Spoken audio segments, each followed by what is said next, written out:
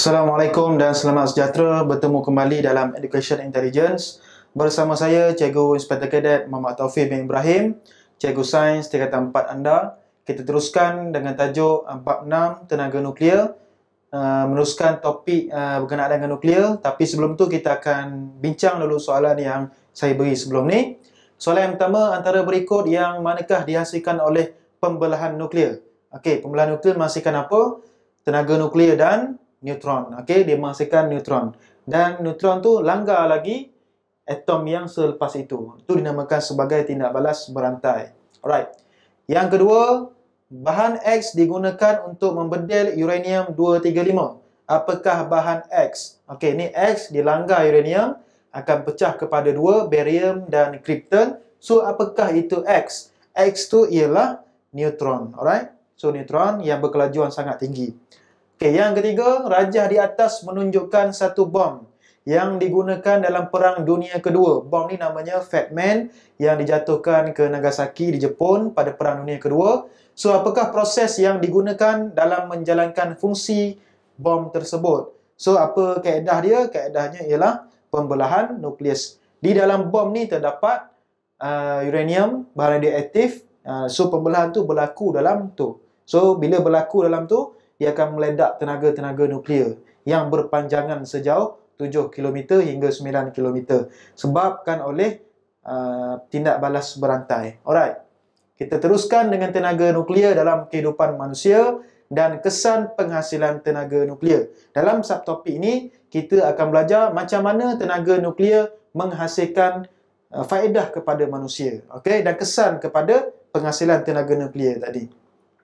Okey. Tenaga nuklear dalam kehidupan manusia. Tenaga nuklear menghasilkan tenaga elektrik untuk kegunaan harian. Uranium ataupun plutonium digunakan sebagai unsur bahan radioaktif dalam reaktor nuklear untuk menghasilkan elektrik. Kenapa nuklear ni sangat bagus untuk hasilkan elektrik? Saya bagi satu contoh. 1 kilogram uranium boleh menghasilkan elektrik bersamaan dengan 19,000 kilogram, 19,000 liter minyak petroleum lah.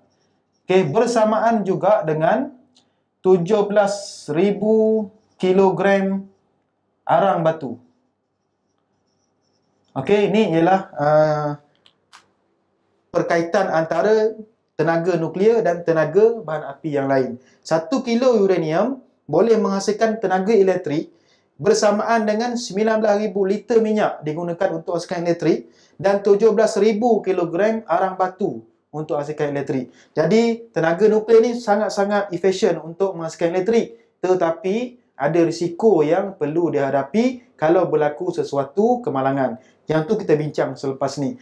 Kita nak bincang sekarang macam mana tenaga nuklear menghasilkan tenaga elektrik. Alright. Ni ialah reaktor nuklear.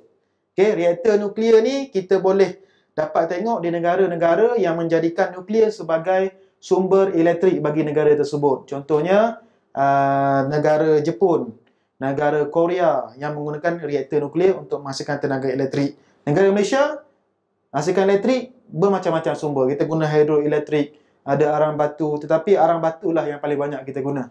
Alright, so inilah reaktor nuklear. Di sini ialah tempat berlakunya proses pembelahan nukleus. Ni ialah turbin. Turbin ni fungsi dia untuk memusingkan generator. Generator ni untuk menghasilkan elektrik. So, transformer untuk menaikkan voltan elektrik. Dan ni ialah RGN, Rangkaian Grid Nasional. Dia akan hantarkan elektrik ke pengguna. So, ini ialah menara penyejukan untuk menyejukkan reaktor nuklear ni. Sebab itulah kebanyakan reaktor nuklear dia berada dekat dengan sumber air. Contohnya di Jepun. Dia letak di tepi-tepi laut. Supaya air laut tu menjadi ejen penyejuk bagi reaktor nuklear.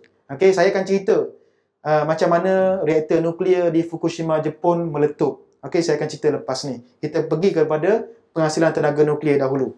Alright, kita bagi pada langkah demi langkah, step by step. Yang pertama, bahan radioaktif sebagai sumber utama dalam reaktor nuklear. Dia akan diletakkan di dalam ni. Inilah uranium. So, neutron akan tembak dia. So, akan berlakulah pembelahan nukleus dalam ni dan menghasilkan tenaga yang sangat-sangat besar. Ini sangat-sangat panas. Rod pengawal ni untuk mengawal sumber tenaga tadi tu. Sebab itulah kita cakap tenaga nuklear dalam reaktor ni kita boleh kawal. Okey, generator steam apabila panas dekat sini, generator steam dia akan panaskan air. Bila air tu jadi panas, dia akan bertukar menjadi steam. Jadi steam tu akan dibawa ke sebelah sana. Okey, bila steam dibawa ke sebelah sana, proses kedua, pembelahan nukleus berlaku di dalam reaktor menyebabkan tenaga haba yang terhasil. Proses ketiga, tenaga haba memanaskan air dalam reaktor sehingga mendidih. Dalam reaktor ni ada air. Bila dah panas dekat sini dalam ni, jadi air di dalam ni akan panas dan bertukar menjadi steam. Okey, yang keempat, steam terhasil di dalam penjana steam lalu dialirkan ke turbin. Okey, penjana steam akan berlaku kat sini. Dia akan alirkan steam yang sangat laju, ni pipe steam, akan pergi ke turbin. Okey, turbin ni dia perlu berpusing dengan bantuan steam tadi itu. Jadi steam tadi itu sangat-sangat laju. Sebab haba dia panaskan air sangat tinggi, so steam sangat laju, dia akan tolak turbin, turbin akan berpusing. Okey, bila turbin berpusing, steam menyebabkan turbin berputar dan seterusnya tenaga elektrik dihasilkan di dalam penjana elektrik, generator. So generator ni apabila dah berpusing, dia akan hasilkan elektrik. Sebab apa generator ni dia perlu pusingan? Sebab dia panggil situ generator ni penjana tenaga elektrik yang memerlukan tenaga mekanikal. Generator ni dia menukarkan tenaga mekanikal kepada tenaga elektrik. So dia kena ada yang menggerakkan dia dulu, baru ada elektrik. So siapa yang gerakkan dia? Turbin tadi. Macam mana turbin bergerak? Disebabkan oleh steam tadi. Macam mana steam ada? Disebabkan oleh air yang mendidih tadi. So macam mana air mendidih? Disebabkan oleh pembelahan nukleus yang berlaku dalam reaktor nuklear. Itu ialah proses reaktor nuklear. Alright. Proses keenam, tenaga elektrik diagihkan ke kediaman atau kilang melalui kabel elektrik. Dia akan pergi kepada transformer dulu. Okey, transformer ni fungsinya untuk menaikkan voltan. Okey, menaikkan voltan barulah diagihkan kepada tiang-tiang elektrik ataupun rangkaian grid nasional. Okey, ke seluruh tempatlah melalui kepada pengguna-pengguna. Alright.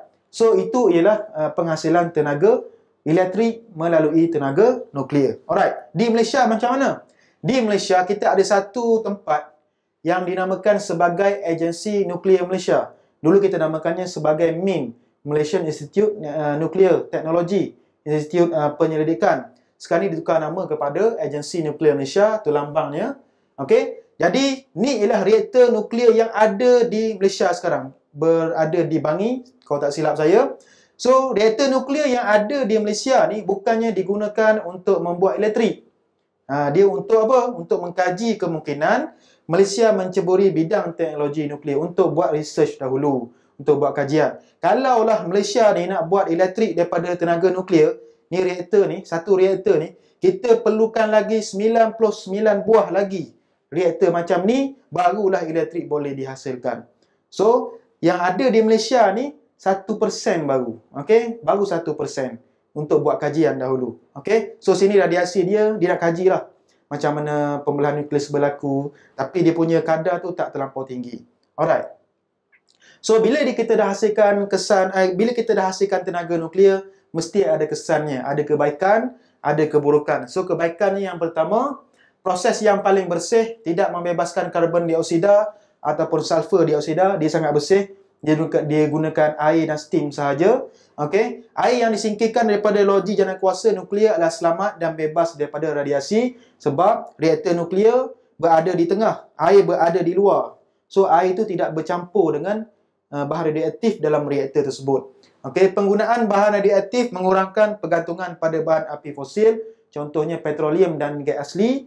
So kita kena kurangkan bergantung kepada bahan api fosil. Jadi sekarang ni pun dunia ke arah green technology. Dia lagi tidak bergantung lagi kepada bahan api fosil. Memerlukan sedikit sumber bahan api, bahan radioaktif untuk menghasilkan tenaga yang banyak seperti yang saya bagi tahu tadi, 1 kilogram uranium bersamaan dengan 19,000 liter minyak ataupun 17,000 kilogram arang batu. So dia sangat-sangat efisien lah. Kita gunakan sikit untuk hasilkan yang banyak. Alright. Itu kebaikan dia. Kalau keburukannya, produk sampingan reaktor nuklear adalah sangat berradioaktif dan berbahaya sekiranya tidak dikendalikan dengan betul. Apa-apa sahaja mesti ada risiko. So, risiko untuk nuklear ni dia berkenaan dengan radiasi. Sebab kita menggunakan bahan radioaktif. So, dia ada cara-cara penggunaannya. Cara-cara penggunaan, pengendaliannya, kita belajar next topik. Okey, kita belajar ni dulu. Sekiranya berlaku kemalangan, bahan radioaktif akan terbebas ke persekitaran. Pekerja berdepan risiko terdedah pada sinaran radioaktif sekiranya prosedur tidak betul. Kos pembinaan bangunan reaktor nuklear adalah sangat tinggi dan tidak banyak negara mampu membinanya. Sebab itulah banyak negara belum lagi menjalankan tenaga nuklear ini sebagai tenaga elektrik. Okey, kita pergi kepada latihan pengukuhan. Antara berikut yang manakah menyokong penggunaan tenaga nuklear? Ada pilihan sisa radioaktif sukar untuk dihapuskan, sinaran radioaktif berbahaya kepada kesihatan, ban api fosil di bumi semakin berkurangan, ataupun kemalangan boleh berlaku di stesen janakuasa nuklear. Yang kedua, unsur yang digunakan sebagai sumber tenaga dalam reaktor nuklear ialah ada 3. So, pilih mana yang betul ataupun semua betul. Terpulang kepada anda semua. Yang ketiga, antara berikut yang manakah menunjukkan perubahan tenaga dalam stesen janakuasa nuklear. Ini penting, perubahan tenaga. So, daripada tenaga apa, pergi tenaga apa. Yang pasti, tenaga nuklear menghasilkan tenaga elektrik. So, daripada tenaga nuklear nak pergi tenaga elektrik tu, tenaga apa yang berubah? So, kita fikirkan, ulang balik apa yang saya ajar sebelum ni. Jadi, cuba jawablah. Jadi, setakat itu saja. Assalamualaikum warahmatullahi wabarakatuh. Terima kasih.